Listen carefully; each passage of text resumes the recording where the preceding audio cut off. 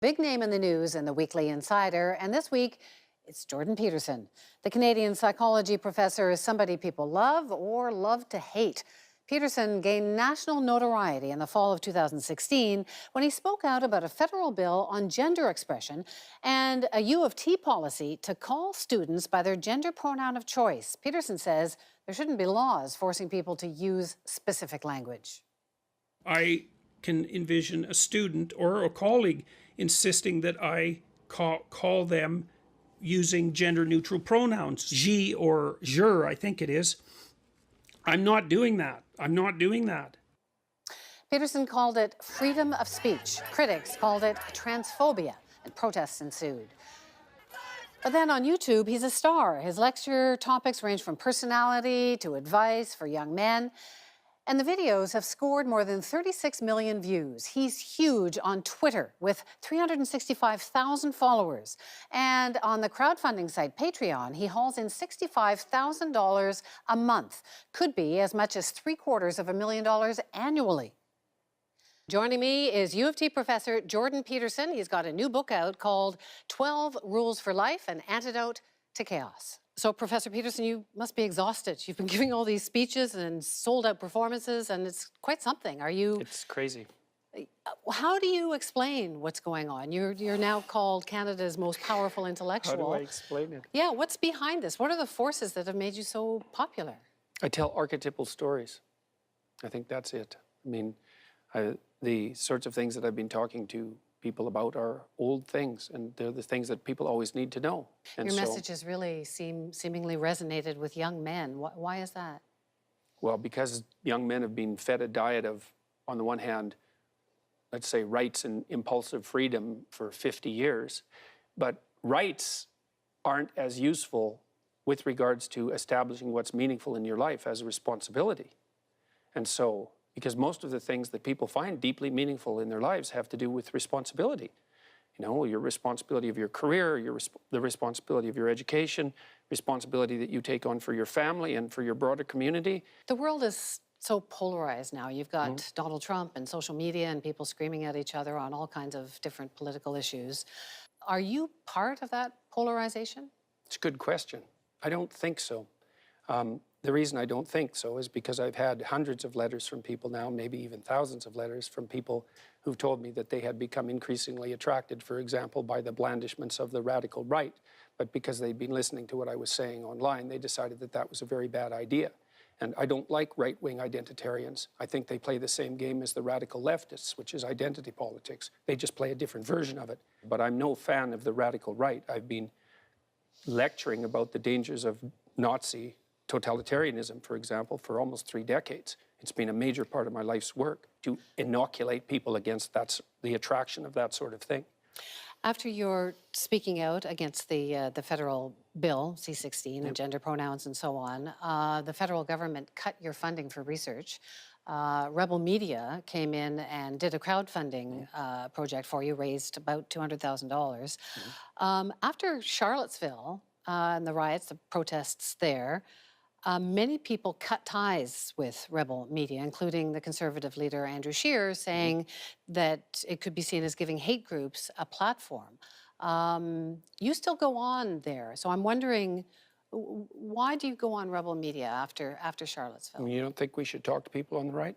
So that's why? I talk to people who want to talk to me, generally speaking. You know, I'm trying to be careful about it, but I don't see any reason not to talk to people who are on the right. I talk to people who are on the left when they want to talk, which is very, very rarely. I've read a lot of what you've posted in the last year or so. In fact, you're very careful about saying, please be less radical. So then there's a real question there, is given that you've encountered the material I have, why do you think that all these accusations have been leveled at me? Well, I don't know. That's what I find so curious. It's convenient. Because I also found this picture of you with behind the pet. Is that you? I mean, it's you, but I mean that's an actual photo of you. You did that. Yeah. So this is the Pepe flag, which I'm sure you know is seen by the left as a hate symbol. Yeah, well, the left and sees all sorts of things as hate symbols. but it's used by the extreme right as a way of spreading messages. It's seen as an alt-right symbol. This is an alt-right hand symbol, and here you are. It's mostly used by young men who are poking and causing trouble on social media. That's mostly what it's used for. But you're supposed to be anti-chaos and anti-provocation. I'm just wondering why you would choose to be in this photo. Well, I've probably had my photo taken with 5,000 or 6,000 people in the last No, but year, this is so. with the Pepe flag. I understand I mean, you that, know yeah. that this is now seen as a symbol for the alt-right. Well, I did a video online called The Metaphysics of Pepe with Jonathan Pageau, who's an Orthodox carver of icons. And if people are interested in my views on what's happening with this particular symbol and why it's occurring, then there's a 2-hour discussion about that. Richard Spencer wears he's a white supremacist. He wears the Pepe symbol. It's become adopted, I'm sure you know this, by the far right. And here you are holding up a flag like it's a joke. So I just wonder if it could be misinterpreted by people that you're trying to send a message that Pepe's cool and the alt-right's cool. I think it has been misinterpreted. I didn't know when it was happening. I mean, it's hard. I don't know what you mean exactly. There were a lot of people lined up. They were doing a lot of things. This was one of the things. It took about 30 seconds. I would also say it's the one thing, well, it's the one thing that has been photographed that the left in particular has been using against me for the last year. But it was just happenstance more than anything else. Do you know most of the people who are using this sort of symbol are using it in a deeply satirical way. Now, the fact that the far right has decided that it's a radical indicator of the validity of their particular view doesn't mean that that's what it is. So it's something that we haven't seen before. There's a lot of game playing going on online. Yeah, there is a lot of game playing, and there's a lot of sort of codes and dog whistles and so on all sides being sent. Here's another one. This is a tweet that you sent out, Keck Boys, which is kind of like another Pepe. It's something that's been adopted by the extreme right. Code Pepe. So you're using this to reach these people. Yeah, well, I can tell you about that. Yeah, well, because you want this. Sure. This is your course, right? So you want them it's a program. to take your course. I want them to plan their futures as responsible individuals. What does it say? Keck Boys, trapped in chaos, seek your fortune, right? Don't stay in the underworld. That's why I'm talking to them. I'm trying to call them forth as individuals out of the chaos that they're ensconced in. So that's you're what helping that's them, for. But they're helping you too. You raise a lot of money. Well, what do you think? What do you think should happen in this polarized world? If you're dealing with people that you think are being attracted by a pathological ideology, what do you think you should do with them? What I do is talk to them and say, look, why don't you make yourself into an individual and get the hell away from the ideology? And so a lot of these kids are lost in the underworld, let's say, in nihilism, and they turn to these ideological solutions because they don't know what else to do, and they're angry. It's like, I have something better for them to do. Grow the hell up and sort yourself out as an individual. And so that's exactly why I made this particular tweet. And I get letters from people all the time who say, look, you know, I was moving towards the fringes, and I'm not doing that anymore. I see why it's wrong. So you've become this huge sensation. What's next for you? Like, I'm trying to figure out, are you the next Marshall McLuhan? Are you the next Billy Graham? Like, are you a prof, or are you Billy McLuhan? I don't know what's next, really. So you're a prophet?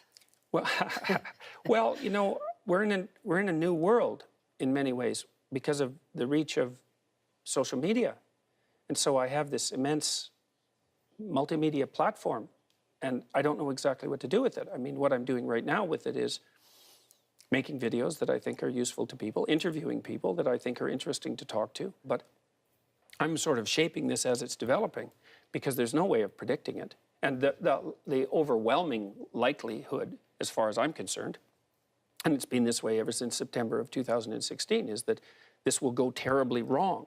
That's the most likely outcome. I've known that ever since I made those videos. What do you mean by that? How would it go wrong? Oh, well, things go wrong all the time. You know, I say No, but something. what are you afraid of? Saying something inappropriate. Well, you've said lots of things that have made people angry. That's not the same thing. So why would you say something inappropriate? Because people make mistakes. And so, like, I've been in a situation, I would say, for 15 months, really, where I'm speaking publicly, and I've been in front of the news media a lot, and people are waiting. Well, they're waiting with things like this to say, look, well, you made a mistake here. It's like, yeah, well, I've done like 10,000 things in the last year, and maybe I made a mistake. Did you? Hard to say. I mean, I don't think that the discussion I had about Pepe, I don't regret that at all when I put up on YouTube. That's the serious discussion. I think I understand what's going on with the Keck boys and with Pepe a hell of a lot better than the people do who are, you know, casual observers of it, because I've actually studied it. And so, no, I don't think I made a mistake. I think it's, no, I don't think I made a mistake, you know? So, and I think that that's the case mostly, as I said, because of all the feedback I'm getting from people who say, look, you straighten out my life. And so that's good enough. And I'm hoping that will continue. I think it's unlikely that it will continue in a positive direction, but you never know. It's too much, eh? That's the thing. It's been too much for a long time, but so far so good. And I'll write it out as well as I can. But I'm surfing a 100-foot wave, and generally what happens if you do that is that you drown. That's interesting. It's been great to talk to you. Thank you so much. Thanks. Nice to talk to you as well.